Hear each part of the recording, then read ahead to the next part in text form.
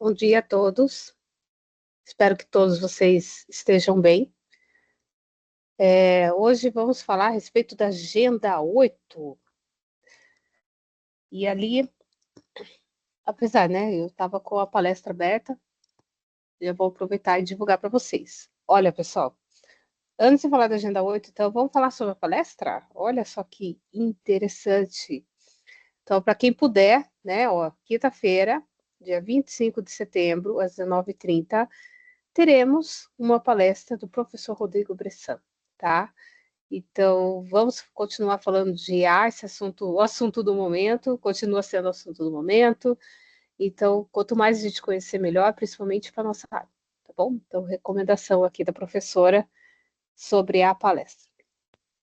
Agora sim, vamos voltando aqui a respeito da Agenda 8, Tecnologia da Informação 1, e vamos, né, e entender primeiro que estamos mudando de assunto. Então, agora o nosso foco é falar a respeito de análise e projeto de sistemas, a sua importância, as metodologias, que mais? O que temos de técnicas para nos ajudar nessa etapa, porque construir software não é uma tarefa tão simples quanto parece, né? Porque, afinal de contas, estamos construindo um software para atender as necessidades dos nossos clientes, para resolver problemas dos nossos clientes, problemas esses, né, do mundo real, né? Aproveitando até um pouco dos conceitos da disciplina de desenvolvimento de sistemas, a parte de lógicas de programação. Então, a gente tem que entender o problema no mundo real e construir uma solução computacional para ele. E nesse processo, a gente não pode apenas construir um software de acordo com aquilo que a gente acredita ser melhor, né? Existem técnicas para fazer isso de forma adequada, de forma correta, porque existem muitos problemas que é possível acontecer quando se fala de construção de software mesmo, tá bom? Então, esse é o assunto principal da Agenda 8, que é uma introdução a respeito desse assunto, e por isso, e aliás, né, já aproveitando, dando esse spoiler para vocês a respeito da Agenda 8, que vocês terão, né, como continuação desse assunto nas próximas agendas. Então, esse assunto que a gente começa a falar de projetos, de sistemas, ela vai até mais ou menos a agenda 13. Bom, então, cada agenda é uma continuação desse assunto, é um aprofundamento que vocês vão ter, e essa é uma introdução, né, uma introdução muito importante, aliás, né? Então, aqui em momento de reflexão, vocês já vão ter uma ideia, né, desse processo de construção de um software que a gente precisa, antes de tudo, projetar esse software, tá? Para evitar um monte de problema que ele pode dar, isso que a gente não vai ter 100% de certeza. Tudo que existe tem o objetivo de minimizar, né, os problemas que podem acontecer de acordo com a experiência de muitos profissionais, muitas empresas. Então, existe toda uma disciplina que a gente fala de engenharia de software, hoje, praticamente, é obrigatória em todo curso que envolva o assunto desenvolvimento de sistemas, para trazer mais entendimento a respeito dessas técnicas e de como evitar, né, os problemas que muitas empresas já passaram, problemas em comum, né? Então, quando a gente fala de problemas do desenvolvimento de sistemas, então é importante entender o seguinte, que a produção de um sistema, apesar de conter passos e processos muito parecidos com a criação de um produto físico, né, com uma linha de produção mesmo, né, e a partir dessa linha de produção e da forma de se trabalhar com a construção desses produtos, que inclusive surgiram os primeiros métodos de construção de software, tá? Mas mesmo assim, construir software é diferente de construir um produto físico, tá? E é algo muito desafiador, né? A IA, inclusive, tem ajudado a gente a, né, resolver muitos desses problemas e a tornar menos desafiador, mas a própria IA exige mais conhecimentos técnicos e novos desafios também, né? Então, já fugindo um pouquinho do assunto, então a gente nota o seguinte, que existe um movimento de regulamentação da IA, né, do uso da IA. Então, por quê?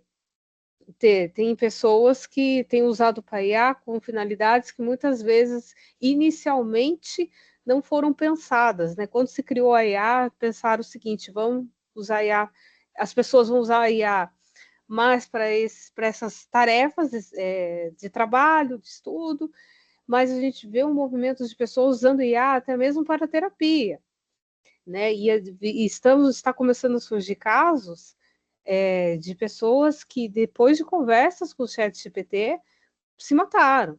Então, olha só, então, esse desafio não foi previsto inicialmente, né? E é um desafio, né, em relação ao uso da IA, que a gente nota que, que precisa, né, ser resolvido, ou criando uma lei com a regulamentação, igual muitos sugerem, mas o que eu quero comentar com vocês nesse sentido, né? Construir software, de uma certa forma, é desafiador, e mesmo softwares considerados sucesso apresentam problemas, bugs, de forma frequente, inclusive a tarefa do desenvolvedor de software, muitas vezes trabalhar somente na manutenção desse sistema e resolver esses bugs, então nem sempre o desenvolvedor vai trabalhar em construir coisas novas, então vai ter momentos que a gente vai trabalhar em coisas novas, que se trata de novas funcionalidades, até um novo sistema do zero,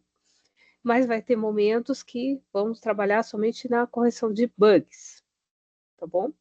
E isso, independente de uma tarefa ou outra, né, mesmo assim envolve certa complexidade, que faz parte de todo o processo de desenvolvimento e manutenção, tá? Então, para vocês terem uma ideia, né, já foi... Então, aqui, eu ainda estou nesse momento de reflexão com vocês, até trazendo mais informações do que está previsto aqui, que eu acho muito importante vocês entenderem por que tantas agendas envolvendo esse assunto. Isso a gente nota o seguinte, que dificilmente, em relação ainda aos problemas de construção de software, muitos projetos não terminam, a grande maioria, tá? Então, são a minoria dos projetos que terminam dentro do prazo, né? Quando a gente fala de projeto, entendam sempre que projeto tem uma característica, o início e fim definidos. É um projeto, né? Não é algo que vai ser contínuo, né? Então, ou seja, dificilmente eles terminam dentro do prazo, tá? E muitos dos projetos que são criados, elaborados, pensados por muitos profissionais, acabam sendo descontinuados. Quando esse projeto acaba, muitas vezes ele está acima do custo esperado, né? Então, precisou durante, né, a construção desse projeto, foi identificado, às vezes lá na frente, outras necessidades, e isso elevou o custo do projeto, tá? E muitas vezes nas aplicações já está na etapa que o projeto foi concluído, tá? Então, apenas poucas aplicações, às vezes, usadas quando entregue. Porque muitas vezes o projeto demorou tanto tempo para ser construído, e quando a aplicação está lá sendo usada pelo usuário, já não tem mais importância, já não resolve mais o problema dele, ele já está com outros problemas, tá?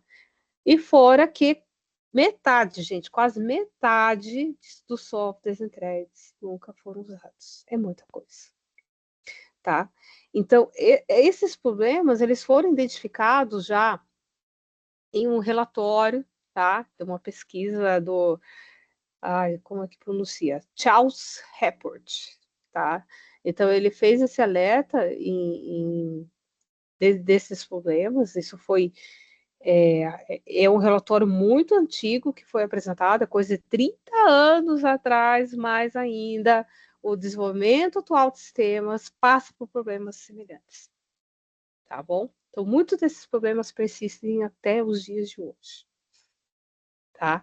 E muitas vezes falta documentação, os motivos são inúmeros. Então, esse é o objetivo da gente começar a estudar de forma mais aprofundada esse tema. Então, a gente tem por que aprender, né? Estão aqui já apresentando pessoas que ajudaram a estruturar muito dessas técnicas, desses conceitos que nós trazemos dentro de engenharia do software, tá? Como o Prisma. Para começar o assunto, vem muito do que a gente está falando, né? Então, aqui agora vamos abordar um pouquinho do mergulhando no tema.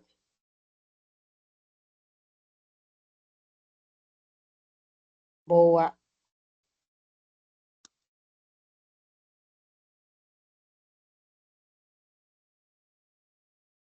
E aqui você já começa a conhecer as primeiras metodologias, né, de desenvolvimento, né, com destaque ao modelo Cascata clássico, né, também conhecido como clássico, e o modelo cascata, ele é o primeiro, né, que foi elaborado ainda, como comentei, muito pensando na construção de produtos físicos, não, nem tanto com software, mas pelo menos começamos por algum lugar.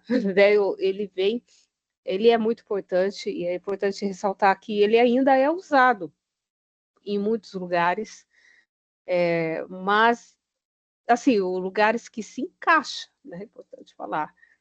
Não é todo lugar, não, que a gente vai ver, e a maioria dos softwares, aliás, ele nem se encaixa mais, tá?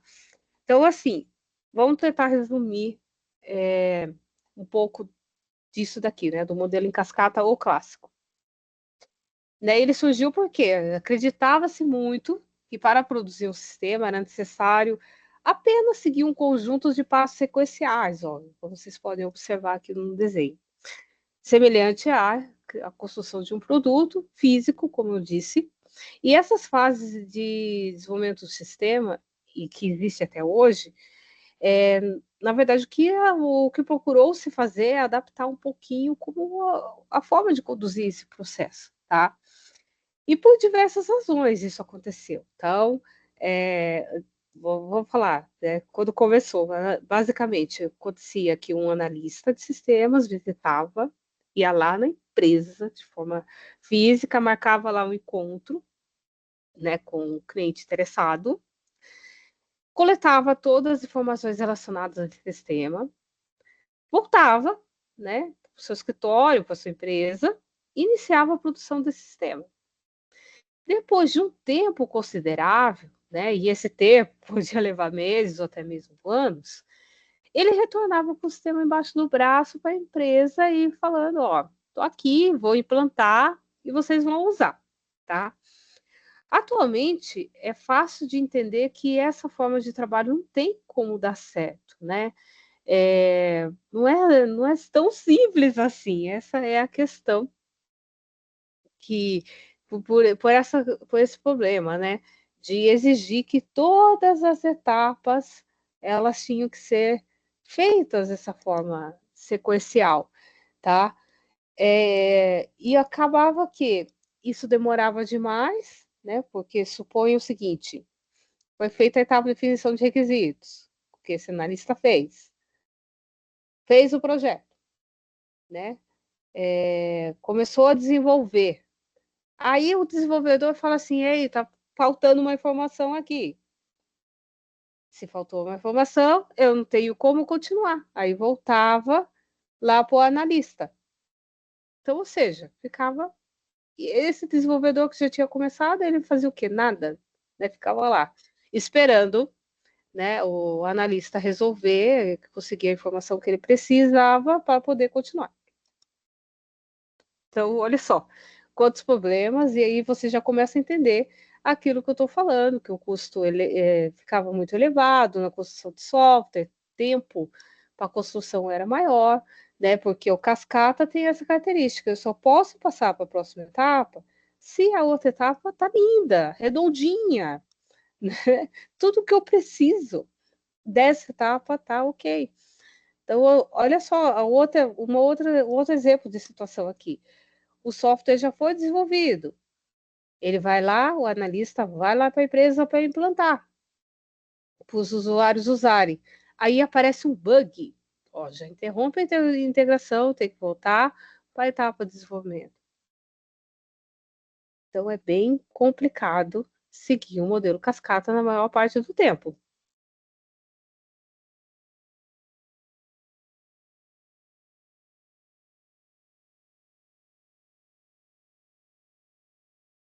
Então, aqui a gente já vê, em seguida aqui, né, o modelo iterativo incremental, ele tem o objetivo de minimizar, né, os problemas que foram identificados no modelo anterior, tá? Então, tem a previsão que pode retornar, sim, para uma etapa anterior, porém, né, ele trabalha com incremento, né? Essa é a palavra que define muito bem esse modelo, tá? Então, esse modelo foi desenvolvido por meio de divisão em etapas, denominados incrementos. Tá? Então, aqui já vê que, ó, etapa de concepção, etapa de elaboração, construção, e esse modelo trouxe um pouco mais de flexibilidade em relação ao modelo anterior, tá bom? Então, aqui vocês vão conhecer mais as vantagens e desvantagens. Temos mais um modelo aqui, ó, o modelo espiral, né, que é outro modelo também que visa flexibilizar o modelo cascata, tá? Ele utiliza metodologia de desenvolvimento em sequências de interações. E cada volta representa uma fase, uma atividade. Então, aqui, né, a comunicação, a etapa da comunicação com o cliente, a etapa do planejamento, análise de risco. Também tem toda a questão de vantagens, entendimento sobre esse assunto. E aqui, né, é uma das coisas que é muito importante vocês entenderem. Deixa eu aumentar aqui o zoom. São sobre os requisitos funcionais e requisitos não funcionais, tá? Então, assim, de forma bem resumida, os requisitos funcionais, eles são associados ao o que o sistema vai fazer, tá? Então, nessa etapa, que o analista está lá conversando com o cliente, ele deve usar técnicas para identificar o que o sistema deve fazer, né? Ele deve cadastrar um cliente, ele deve emitir um relatório no fim do dia de todas as vendas que foram feitas para a empresa. Esse sistema ele deve permitir a alteração do endereço do cliente ou até mesmo exclusão desse cliente. Então, o que a gente nota? Que os requisitos funcionais eles são muito ligados a ações. Por isso que a gente busca identificar eles através de verbos, tá bom? E também temos aqui a questão dos requisitos não funcionais. Esses requisitos não funcionais, eles são um pouco mais difíceis de identificar. Você deve, através do seu conhecimento e sua experiência, e buscar identificar, né? Mas não necessariamente é algo que o cliente vai dizer para você fazer, tá? O cliente, ele não sabe, na verdade, te explicar os requisitos não funcionais. Então, para ajudar vocês a identificar os requisitos não funcionais, deixa eu ver se tem aqui. Existe uma tabela bem legal, acho que não está aqui. Posso até compartilhar com vocês a respeito dessa tabela. Deixa eu ver se eu acho. Qualquer coisa eu envio também junto com o link da gravação. Mas, continuando a explicação sobre os requisitos funcionais, eu dei de exemplo, ó, requisito funcional emitiu o relatório. O cliente, ele não quer esperar o dia inteiro para ver esse relatório, tá? Então, o que a gente nota? Que esse requisito funcional, ele vai trazer para você um outro requisito não funcional, que é o requisito de desempenho do sistema, tá? Então, temos aqui, ó, requisito não funcional, que o relatório deve ser emitido no máximo 5 minutos, tá? Então, é um requisito de desempenho, tá? Tem um dos requisitos, nossa, extremamente importante hoje em dia, né? Que a gente vê que fala-se muito por causa dos golpes, é o requisito não funcional de segurança, gente. Né? O seu sistema tem que garantir que somente as pessoas autorizadas terão acesso a esse sistema. É o requisito não funcional de segurança. Uma coisa também que é muito importante, você que acabado de sair da agenda de design, por que, que a gente está aprendendo design?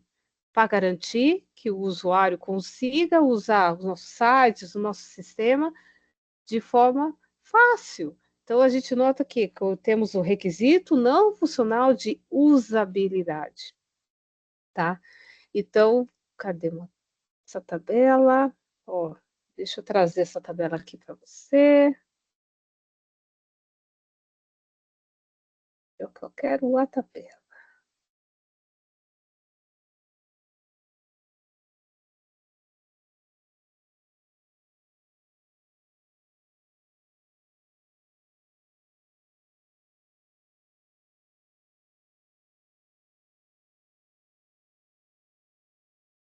Só um minutinho, gente. Pronto, achei. Então, aqui, ó, mais sobre requisitos não funcionais. Ó, temos a parte de requisitos de produto, requisitos de eficiência, confiabilidade, portabilidade. Aí eu quero que o meu site seja visualizado no celular também. Portabilidade, usabilidade, desempenho, espaço, requisitos de entrega, implementação de padrões, requisitos legais, né? Essa questão do Trump, né? Promover taxas, e aumento das taxas é um requisito legal, né? Vamos dizer assim. Porque os sistemas dessas empresas que são afetados pela taxa, ela tem que saber calcular com a nova taxa, tá? Então, o seu sistema tem que garantir isso, que é possível implementar os requisitos não funcional, requisito legal. Requisitos éticos, externos, organizacionais. Então, olha quantos requisitos não funcionais é possível ter. Ah, eu quero, a empresa pode exigir, né? Eu trabalhei numa empresa onde estava construindo um software para a Sabesp, e a Sabesp exigiu que o sistema fosse construído em Java. A gente tem aqui também um requisito não funcional. Ok, pessoal? Espero que tenha ficado um pouco mais claro essa parte de requisito não funcional para vocês. Então, aqui está falando mais de exemplos de requisitos funcionais. É importante que vocês entendam esse assunto, porque teremos em uma das agendas essa atividade de identificação de requisitos funcionais, tá bom? Então, ó, consulta se o aluno está presente. Inclui presença para o aluno. Ó, sempre usando o verbo. Olha só que bacana, tá? Então, é bom vocês se atentarem à explicação desses requisitos. E caso já tenha dúvida, já manda correio tech para a gente esclarecer. Então, temos aqui, depois, falando das metodologias, dos requisitos, né, a diferença do modelo cascata com a metodologia ágil, né, que a gente vai começar a conhecer mais, principalmente a partir da próxima agenda. Por isso que eu também não vou entrar tanto no assunto, mas vocês já podem procurar saber, gente. Tá? Inclusive, a apostila incentiva que vocês leiam, né, o Manifesto para Desenvolvimento Ágil de Software. Então, aqui, diante de tantos os problemas, tá, que o Cascata apresenta, mas lembrando que, se a empresa tem todos os processos muito bem definidos, o Cascata ainda pode ser usado. E fora que ele não foi graças a ele, vamos dizer assim, que começou a trazer essa visão de como um software deve ser construído. Então, a partir dele, a gente conseguiu ter outros métodos, porque são muitos problemas, cada empresa tem uma necessidade. Então, ou seja, por que ter um modelo só?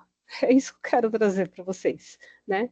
Então, eu tenho metodologias e aí eu vou me adequar ao que melhor dá certo com a minha equipe, ao que melhor dá certo com a minha empresa, ao que melhor atende para criar a solução que eu preciso para o meu cliente. Então, são muitas variáveis na construção de um software, tá?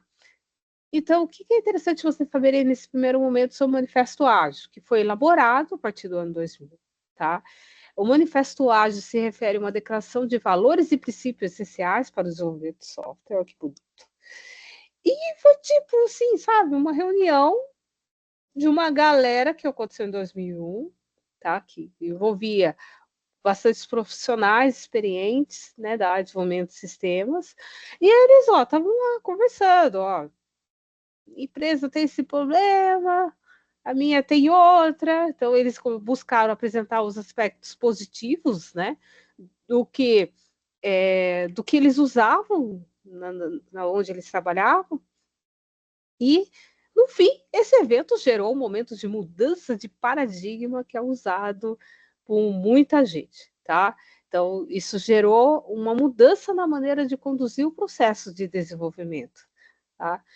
E esse manifesto, ele tem, né, os postulados, tá, para vocês terem uma ideia, e que quer dizer fazer essas orientações, né? Então, tem o postulado 1, por exemplo, indivíduos, interações, mais do que processos e ferramentas, trabalhar no software mais do que documentação abrangente. Então, aqui tem link que vocês podem e devem ler para conhecer melhor isso que eu estou falando para vocês, tá bom? Então, pessoal, a respeito da agenda é essa, né? Aqui eu busquei conduzir com vocês uma conversa mais a respeito desse assunto, é um assunto bem interessante. E para finalizar, eu quero pedir, né? Então, nós temos aqui nessa semana a correção da agenda 7, que envolvia o Padlet de vocês. E eu quero pedir, né, para aqueles que assistirem o vídeo. Espera aí.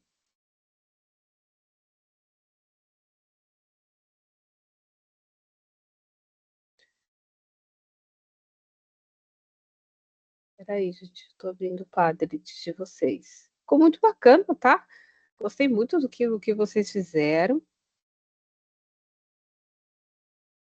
Meu perfil, meu painel. Achei. Olha só, que lindo que ficou. Então, obrigado a todos os alunos que participaram, tá?